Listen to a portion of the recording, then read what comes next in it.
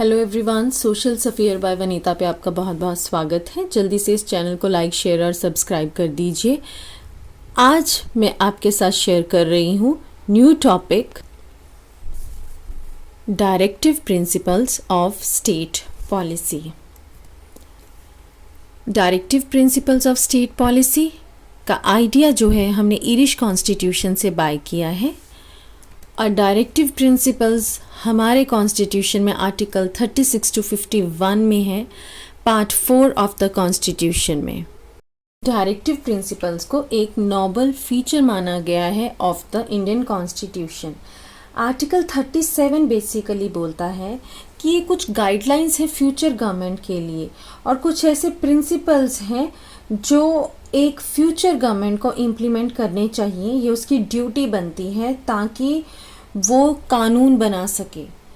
और basically article 37 का क्या क्या चीज़ें वो रिवील करता है अबाउट द डायरेक्टिव प्रिंसिपल्स, जिनको कि हम फीचर्स में भी फर्दर कंसीडर करते हैं। तो let's talk about the features of the directive principles और DPSP।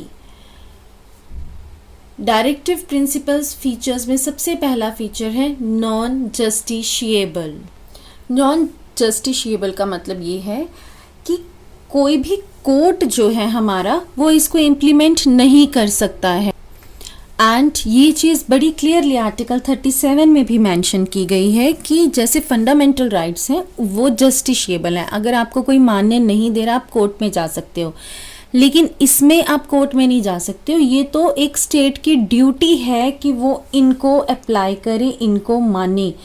तो ये उस स्टेट के ऊपर डिपेंड करता है, लेकिन कोर्ट जो है इसको नहीं अप्लाई कर सकता। बेसिकली ये डायरेक्शंस हैं कुछ कोर्ट को दी, जो हमने एक स्टेट को दी गई हैं।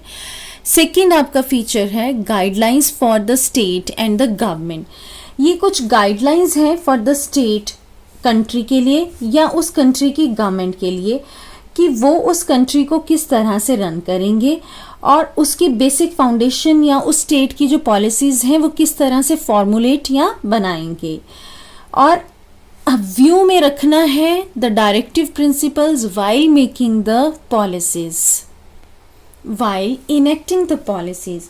बेसिकली डायरेक्टिव प्रिंसिपल्स जो हैं वो कुछ रिकमेंडेशंस हैं जो स्टेट को दी गई हैं, लेजिस्लेचर को दी गई हैं, एडमिनिस्ट्रेटिव मैटर्स में दी गई हैं कि किस तरह से जो स्टेट है वो लोगों के लिए काम करेगी एक वेलफेयर स्टेट बन के।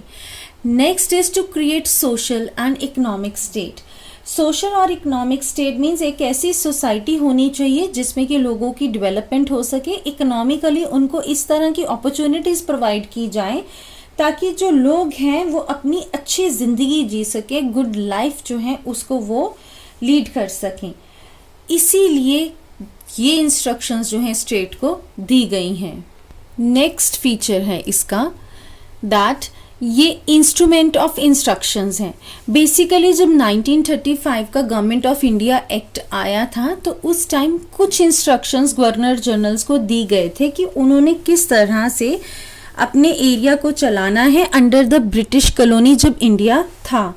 तो उस टाइम इसको इंस्ट्रूमेंट ऑफ इंस्ट्रक्शन का नाम दिया गया था, जिससे कि आज की डेट में हम बेसिकली एक वही चीज़ है लेकिन उसको हम जानते हैं by the name of directive principles. मतलब कुछ इंस्ट्रक्शंस आपको दी गई हैं एक स्टेट को कि उसने एक्ट किस तरह से करना है, उसको क्या क्या इंस्ट्रक्शंस को फॉलो करना है और उन इंस्ट्रक्शंस को फॉलो करते किस तरह से उसने लॉज को फॉर्म करना है।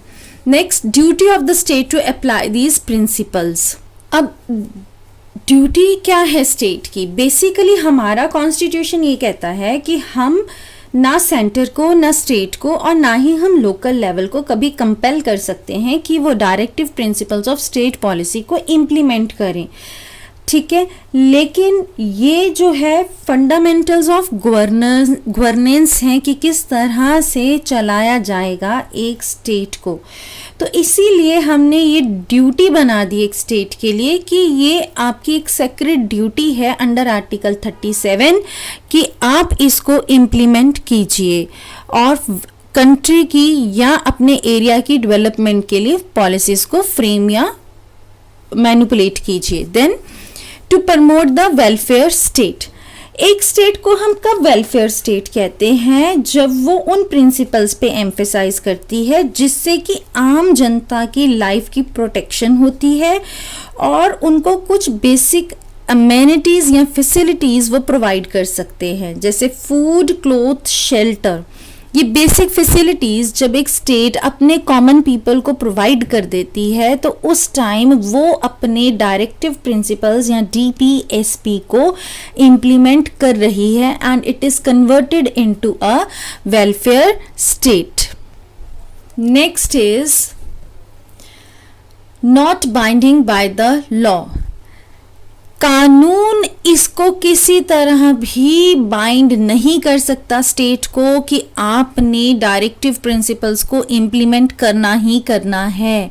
इवन हमारा कॉन्स्टिट्यूशन भी यही बात कहता है, स्वह इच्छा से, अपनी मर्जी से अगर स्टेट इसको इम्प्लीमेंट करती है, ये सिर्फ तभी इम्प्लीमेंट हो सकता है। किसी तरह से भी कोर्ट इसको इन्फोर्स नहीं कर सकता है। ये सिर्फ और सिर्फ एक मॉरल ऑब्लिगेशन है एक स्टेट की कि वो इसको इम्प्लीमेंट करे। हम चलते हैं to see the further classifications of DPSP। इसको हम डिफरेंट क्लासिफिकेशंस में डिवाइड करते हैं, socialist principle, Gandhian principle, liberal principle and international principle. सबसे पहले हम बात करेंगे about the socialist principle of DPSP या directive principles of state policy. Article 38 से directive principle of socialist principle शुरू होता है हमारा, जो बात करता है social, economic and political justice की। मतलब आर्टिकल 38 ये कहता है कि जब एक सोसाइटी जो है, जो एक स्टेट है, गवर्नमेंट है, वो एक वेलफेयर स्टेट कब बन सकती है, कैसे बन सकती है, जब वो वहाँ का सोशल ऑर्डर जो है वहाँ पे सर्टन जस्टिस को प्रोवाइड करा सके, लोगों को सोशल जस्टिस प्रोवाइड करवा सके, इकोनॉमिक जस्टिस प्रोवाइड करवा सके, पॉलिटिकल जस्टिस प्रोवाइड करवा सके, और साथ ही के साथ वो मिनिमाइज कर सके इनइक्वालिटीज़ को। इनइक्वालिटीज़ इन द टर्म 38(2) कहता है इनइक्वालिटीज हमें मिनिमाइज करवानी है, तो किस में? In the terms of economy, salary, income. इसके बेसिस पे वो हमारे जो है उसको कम कर सके, जो फर्क है बिटवीन द पीपल। और इनकम में जो डिस्पैरिटीज़ आती हैं या इनइक्वालिटीज़ आती हैं, वो किस लिए आती हैं? क्योंकि लोगों के पास अपॉर्चुनिटीज़ इक्वली नहीं पहुंच पा रही है ना, इकोनॉमिक। तो उन अपॉर्चुनिटीज़ की इनइक्वालिटीज़ को भी ख़त्म करना है, या लोगों के पास फैसिलिटीज़ नहीं पहुंच पा रही हैं इसलिए उनके बीच में डिफ्रेंशिएट कर रहा है, तो उन फैसिलिटीज़ को भी हमने इक्वली सबके पास पहुंचाना है। देन आर्टिकल 39 बोलता है कि एडिक्वेट लिविंग के लिए हमारे लिए फैसिलिटीज़ जो है वो वेलफेयर स्टेट को प्रोवाइड करनी चाहिए। एडिक्वेट लिविंग का क्या मतलब है फर्दर? कि ऐसी फैसिलिटीज़ जो एक सिटीज़न के लाइवलीहुड के लिए बहुत ज़्यादा ज़रूरी है, या जितने भी मटेरियल रिसोर्सेज हैं उनकी जो इक्वल डिस्ट्रीब्यूशन होनी चाहिए इन द कम्युनिटी। ठीक है, फिर ये प्रिवेंशन करनी चाहिए कि वेल्थ की जो कंसंट्रेशन है वो किसी पर्टिकुलर या कुछ लोगों के हाथों में ना रह जाए। Equal pay for equal work मिल जाना चाहिए सब लोगों को, वो चाहे मेन है चाहे वुमेन है, सबको इक्वल पे मिलनी चाहिए फॉर द वर्क। फिर हमारी हेल्थ फैसिलिटीज़ के लिए भी हमें इक्वल अपॉर्चुनिटीज़ मिलनी चाहिए, हमारी हेल्थ भी प्रिजर्व करके रखनी चाहिए ताकि हमें अपनी डेवलपमेंट में कोई हिंड्रेंस ना आए। इसमें मेल फीमेल के साथ साथ हम चिल्ड्रन की हेल्थ की प्रमोशन की भी बात करते हैं, फ्रॉम द यंग एज या from the childhood too. And then we are talking about article 39A जो बात करता है फ्री लीगल सर्विस की। तो इक्वल जस्टिस प्रोवाइड करवाने के लिए पुअर को फ्री इक्वल लीगल सर्विस जो है वो प्रोवाइड करवानी चाहिए, क्योंकि they can not hire anyone for legal service due to the economic conditions.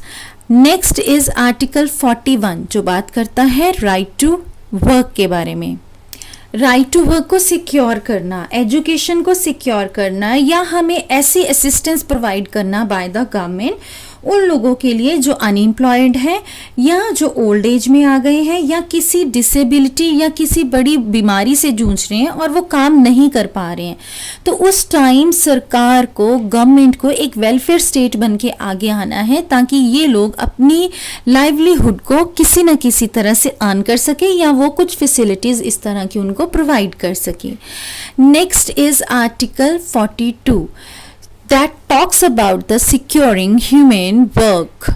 मतलब कुछ ऐसी कंडीशंस को प्रोवाइड किया जाए जो कि काम करने के लिए एप्ट हो। हर एक ह्यूमन बीइंग एक अच्छी कंडीशन में ही काम कर सकता है। ऐसी कंडीशंस प्रोवाइड करने के लिए अंडर लॉ जो है सैंक्शन किया जाता है। और ऑल्सो कुछ मैटरनिटी रिलीफ जो चाहिए उनको भी प्रोवाइड करे एक state as a welfare state. Then article 43 बात करता है fair wages and standard of living. देखो, दो वर्ड्स होते हैं, एक हम यहाँ पे यूज़ करें फेयर वेज, और हम अभी तक जो बात करते आए हैं दैट इज़ कि मिनिमम वेज, मतलब मेल और फीमेल जो काम कर रहे हैं उनकी वेजेस फिक्स हो गई, मिनिमम वेज में उनको वो मिलना चाहिए। लेकिन जब हम फेयर वेज की बात करते हैं it means we are talking about कि इतनी तो सैलरी हो ना कि बंदा अपनी जो बेसिक नीड्स हैं उनको वो ले सके, जिसको हम फूड भी बात करते हैं, शेल्टर है, क्लोथिंग है, इसके साथ साथ वो उनको भी बेयर कर सके नीड्स को जो कि हमारी लिविंग वेजेस में आ जाती हैं, जैसे एजुकेशन हो गया, हेल्थ हो गया, ये सब चीज़ें उसको प्रोवाइड की जाएं। तो मिनिमम वेजेस में मतलब सबको इक्वल दो, फेयर में मतलब इतनी सैलरी दो कि बंदा अपने लिए खाना, कपड़े, ये सब shelter, food, cloth, shelter, the basic needs जो हैं उनको वो पूरा कर सके। देन 43A कहता है मैनेजमेंट ऑफ इंडस्ट्रीज, मतलब सिक्योर किया जाए वर्कर्स की पार्टिसिपेशन को in the management of the industries. और जब हम मैनेजमेंट ऑफ द इंडस्ट्री की बात कर रहे हैं तो इसका मतलब हम एडुकेट वेज उसको मिले या उसको रेस्ट का प्रॉपर टाइम मिले या उसकी जो भी बेसिक नीड्स हैं वो प्रॉपरली फुलफिल हो सके, हम उनकी बात करते हैं। एंड सोशल प्रिंसिपल्स में जो लास्ट वन है आर्टिकल 47 वो बोलता है लेवल ऑफ न्यूट्रिशन के बारे में, मतलब ऐसा स्टैंडर्ड ऑफ लिविंग प्रोवाइड कर दे स्टेट लोगों को कि जिसमें उनकी बेसिक नीड्स पूरी होंगी, उनको 3 टाइम का खाना मिलेगा, तो वो उनका जो न्यूट्रिशन लेवल है या स्टैंडर्ड ऑफ लिविंग है वो इम्प्रूव होगा, जिससे कि पब्लिक की हेल्थ भी इम्प्रूव होगी। तो ये था हमारा socialist principle of directive policies, principles of state policy का। इसके बाद जो हमारा नेक्स्ट प्रिंसिपल है that is a Gandhian principle, लेकिन उसको हम करेंगे इसकी नेक्स्ट वीडियो में। तब तक आप मेरे साथ जुड़े रहिए and social sphere by Vanita को लाइक, शेयर एंड सब्सक्राइब ज़रूर कर दीजिएगा। जल्दी ही मिलते हैं इसके पार्ट 2 पे।